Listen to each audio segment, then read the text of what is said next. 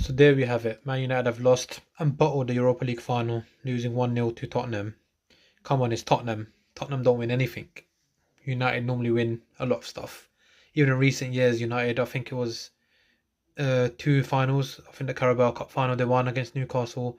Then last year they won the FA Cup against Man City. You know what? In finals they do kind of turn up and they put in a fight and they put in, some sort of performance. And look where we are, 16th in the Premier League title, losing to Spurs. As I said, Spurs don't win anything, and they had a lot of injuries. Some of the key players not playing. The match kind of changes. So the players that actually, make a difference to Spurs were not playing. And look what happened.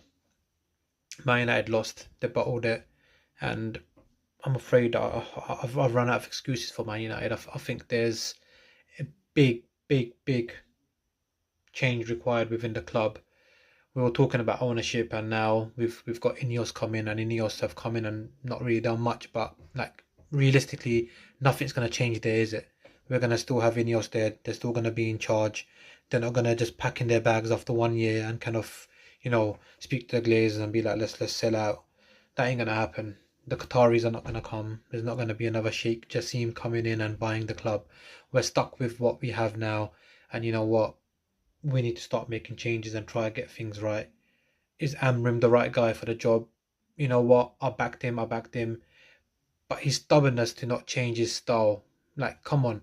You're losing a final yesterday. Take off some of your players like earlier. Bring on Garnacho at maybe halftime. If not, give it 5 or 10 minutes and bring him on. Why are you bringing him on around the 70th minute? He should have been on around the 60th minute or the 55th minute at latest. So some of the decision making there was poor from Amrim as well. And again, I'm not really sure if they're even going to give him the time. Are they going to do what happened last year with Ten Hag? Give him the opportunity, give him money, and then what happens is he still doesn't change anything. It becomes bad, results are still poor, and they get rid of him around like October, November time. That's what we don't want. We can't have that as a football club. As fans, we don't want that. We want it to be like, a refresh, a restart in the summer.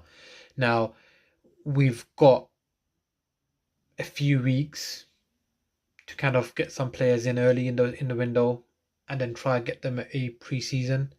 Otherwise, if we leave it too late, it's going to be the same issue of, we might not be able to get players. It might be desperation where we kind of pay over the odds to kind of get players in.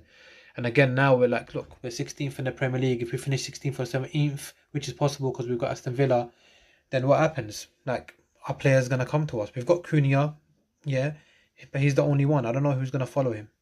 Who's going to come to Man United in this shambles? It's going to be really, really difficult for Man United over the next couple of years, I think.